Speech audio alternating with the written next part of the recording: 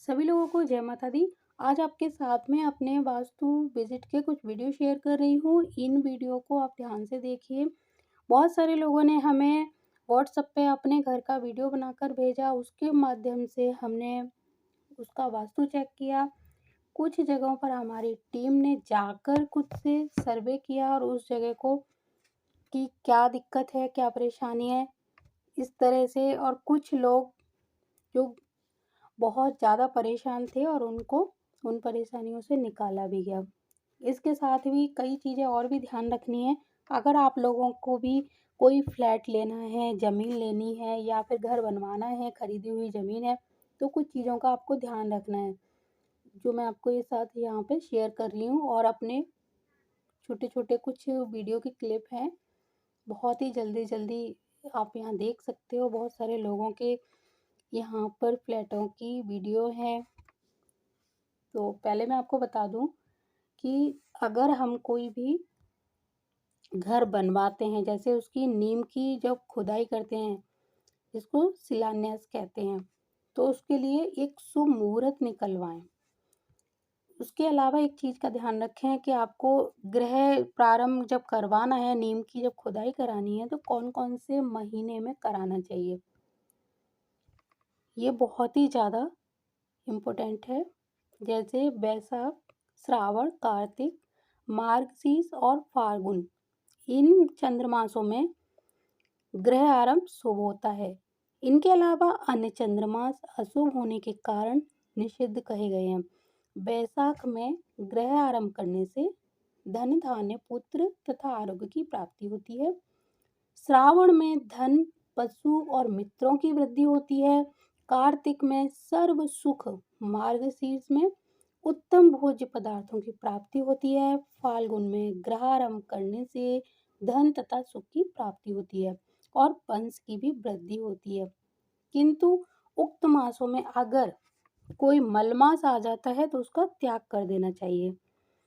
इसके अलावा आपको एक चीज़ का ध्यान रखना है, भवन निर्माण कार्य करने से पहले अपने आदरणीय जो पंडित जी हैं उनसे एक शुभ मुहूर्त अवश्य निकलवाएं।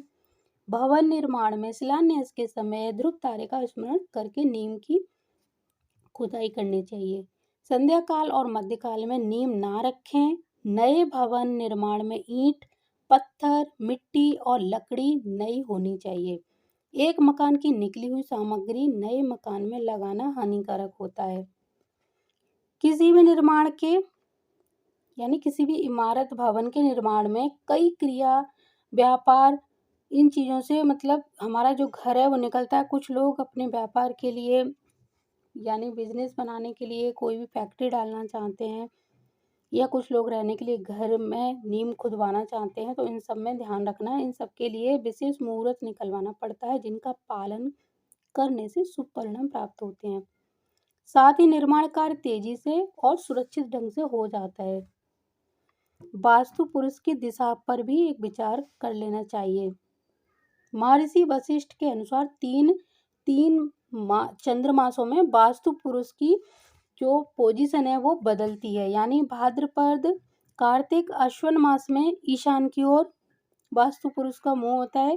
फाल्गुन, चैत्र, बैसाख और चैत्र बैसाख में यानी फाल्गुन, चैत्र, बैसाख में नैऋत्य की ओर होता है। उसकी जो पोजीशन है वो चेंज होती है। जेठ, आषाढ़, श्रावण में आग्नेय कोण की ओर, मार्गशीर्ष, पौष और माघ में वायव्य दिशा की ओर वास्तु पुरुष का मुंह होता है। वास्तु पुरुष का भ्रमण ईशान से बाईं ओर अर्थात वामावर्त होता है। वास्तु पुरुष के मुख, पेट और पैर की दिशाओं को छोड़कर पीठ की दिशा में अर्थात चौथी खाली दिशा में नींव की खुदाई शुरू करनी उत्तम होती है। महर्षि वशिष्ठ आदि ने जिस वास्तु पुरुष को वास्तु नर कहा था, कालांतर में उसे ही शेषनाग, सर्प या काल सर्प और राहु की संज्ञा दे दी गई है। अतः पाठक इससे भ्रमित न हो। मकान की नींव खोदने के लिए सूर्य जिस राशि में हो उसके अनुसार राहु या सर्प के मुख, मध्य और पूंछ का ज्ञान कर लेना चाहिए। सूर्य की राशि जिस दिशा में हो उसी दिशा में उस सौर मास राहु मतलब का जो मुंह है वो रहता है। जैसा कि कहा जाता है कि यदि सिंह, कन्या, तुला राशि में सूर्य हो तो राहु का मुख ईशान कोण में, पूंछ नैऋत्य कोण में होगी और आग्नेय कोण खाली रहेगा।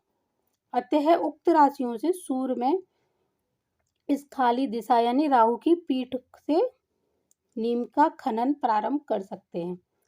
वृश्चिक, धनु, मकर राशि के सूर्य में राहु का मुख वायव्य कोण में होने से ईशान कोण खाली हो जाता है। कुंभ, मीन, मेष राशि के सूर्य में राहु का मुख नैऋत्य कोण में होने से वायव्य कोण खाली होता है। वृष, मिथुन, कर्क राशि के सूर्य में राहु का मुख आग्नेय कोण में होने से नैऋत्य कोण खाली हो रहता है। अतः सौर मासों में इन खाली दिशाओं में नीम की खुदाई शुरू करनी चाहिए। अब एक प्रश्न उठता है कि हम किसी खाली कोण में गड्ढा या नीम खनन प्रारंभ करने के बाद किस दिशा में खोद कर आगे बढ़ें। तो वास्तु पुरुष का सर्प भ्रमण वामावर्त होता है, इसलिए विपरीत क्रम से बाएं से दाएं दक्षिणावर्त क्लॉकवाइज नीम की खुदाई करनी चाहिए।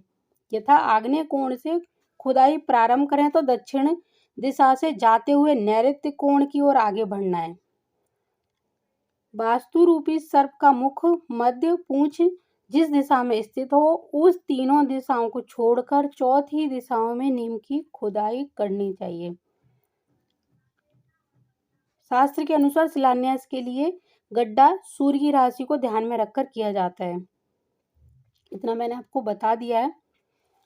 एक चीज और बताना चाहती हूँ कि जब भूमि सुप्तावस्था में हो तो खुदाई नहीं करनी चाहिए। जैसे सूर्य की संक्रांति से 5, 6, 7, 9, 11, 15, 20, 22, 23 एवं 28वें दिन भूमि शयन होता है। मातांतर से सूर्य के नक्षत्र 5, 7, 9, 12, 19 और 26वें नक्षत्र में भूमि शयन होता है। मार्गशीर्ष, फागुन, वैशाख मास, श्रावण और कार्तिक में ग्रह आदि का निर्माण करने से गृहपति को पुत्र तथा स्वास्थ्य लाभ होता है। महर्षि वशिष्ठ के मत के अनुसार शुक्ल पक्ष में ग्रहारंभ करने से सर्व सुख और कृष्ण पक्ष में चोरों का भय होता है। ग्रह आरंभ में 2, 3, 5, 6, 7, 10, 11, 12, 13 एवं 15 तिथियां शुभ होती हैं। प्रतिपदा को गृह निर्माण करने से दरिद्रता, चतुर्थी को धनहानि, अष्टमी को उच्चाटन, नवमी को शस्त्र भय, अमावस्या को राजभय और चतुर्दशी को स्त्री हानि होती है। महर्षि मृग के मत में चतुर्दशी, अष्टमी, अमावस्या तिथियां सूर्य, चंद्र और मंगलवारों को त्याग देना चाहिए। चित्रा, अनुराधा, मृगशिरा, रेवती, पुष्य, उत्तराषाढ़, उत्तरा फागुनी, उत्तरा भाद्रपद, रोहिणी, धनिष्ठा और सत्यभिषा नक्षत्रों में ग्रह आरंभ होता है। शुभ ग्रह से युक्त और वृष्टि स्थिर तथा दुस्वभाव लग्न में वास्तु कर्म शुभ होता है। शुभ ग्रह बलवान होकर दशम स्थान हो अथवा शुभ ग्रह पंचम हो और चंद्रमा 1, 4, 7, 10 स्थान में हो तथा पाप ग्रह छठे 11 स्थान में हो तो ग्रह शुभ होता है। रविवार और मंगलवार को ग्रह आरंभ नहीं करना चाहिए। सोमवार को कल्याणकारी होता है, बुधवार को धनदायक होता है, गुरुवार को बल बुद्धिदायक, शुक्रवार को सुख संपदादायक और शनिवार को कष्टकारक होता है। इसलिए इन चीजों का आपको बहुत ही ज्यादा ध्यान रखना है। शनिवार को स्वाति नक्षत्र, सिंह लग्न, शुक्ल पक्ष सप्तमी तिथि शुभ योग तथा श्रावण मास में इन 7 सकारों से के योग में किया गया वास्तु कर्म पुत्र, धन, धान्य और ऐश्वर्यदायक होता है। पुष्प, उत्तरा फागुनी, पुष्य, उत्तरा फागुनी, उत्तराषाढ़, उत्तरा भाद्रपद, रोहिणी, मृगश्री, श्रवण, श्लेषा एवं पूर्वाषाढ़ नक्षत्र यदि बृहस्पति से युक्त हो और गुरुवार हो तो उसमें बनाया गया ग्रह पुत्र और स्त्री कारक होता है। विशाखा, अश्वनी, चित्रा, घनिष्ठा, सतभिषा और आद्रा इस नक्षत्रों में अगर कोई शुक्रवार का दिन पड़े तो ऐसा ग्रह धन धान्य से युक्त होता है। रोहिणी, अश्विनी, उत्तरा फागुनी, चित्रा, हस्त ये नक्षत्र अगर बुधवार के दिन पड़ते हैं तो ग्रह बनवाना शुभ होता है। कर्क लग्न में चंद्रमा, केंद्र में बृहस्पति, शेष ग्रह मित्र तथा उच्च अंश में हो तो ऐसे समय में बनाया हुआ ग्रह लक्ष्मी से युक्त होता है। मीन राशि में स्थित शुक्र यदि लग्न में हो और कर्क का बृहस्पति चौथे स्थान में स्थित हो और तुला का शनि 11वें स्थान में हो तो सदा वह घर धनयुक्त रहता है। चंद्रमा, गुरु, शुक्र यदि निर्बल, नीच राशि में या अस्त हो, गृह आरंभ नहीं करना चाहिए। अगर घर की कोई महिला सदस्य गर्भवती है तो और उसका आखिरी समय चल रहा है तो घर का कोई सदस्य गंभीर रूप से बीमार हो सकता है, इसलिए खुदाई प्रारंभ ना कराएं। शनिवार रेवती नक्षत्र, मंगल की हस्त, पुष्य नक्षत्र में स्थित, गुरु शुक्र अस्त, कृष्ण पक्ष, निषिद्ध मास, रिक्तादि तिथियां, तारा, अशुद्धि, भूशयन, मंगलवार, अग्निवार, अग्निपंचक, भद्रा, पूर्वा भाद्रपद नक्षत्र तथा बृहस्पति, कुंभ लग्नादि गृह आरंभ में वर्जित हैं, इनको छोड़ देना चाहिए। मैंने आपको भूमि की जो खुदाई किस नक्षत्र में, किस दिन, कौन सी तिथि में करनी चाहिए, पूरी जानकारी दी है। आपको अगर अच्छे से समझ नहीं आई होगी क्योंकि बहुत जल्दी मैंने आपको बताया है, तो आप इसको फिर से सुन लीजिए और नोट कर लीजिए अगर आप घर बनवाने जा रहे हैं तो। यहाँ पर जो वीडियो आप देख रहे हैं ये कुछ क्लाइंटों ने अपने घर के वीडियो भेजे हैं। वो लोग भी अगर अपने इन घरों को दोबारा से ठीक करना चाहते हैं, फिर से इनमें कुछ चेंजिंग करना चाहते हैं, तो वो लोग भी इन्हीं नक्षत्रों को ध्यान में रखकर अपने घर को चेंज कर सकते हैं, काम करा सकते हैं।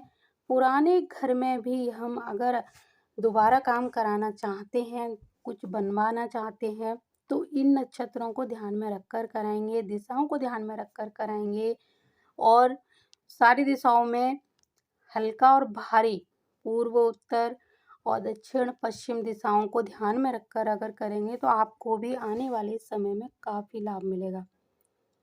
तो मिलेंगे फिर किसी और दिन आपको अच्छी जानकारी के साथ। तब तक के लिए धन्यवाद। जय माता दी।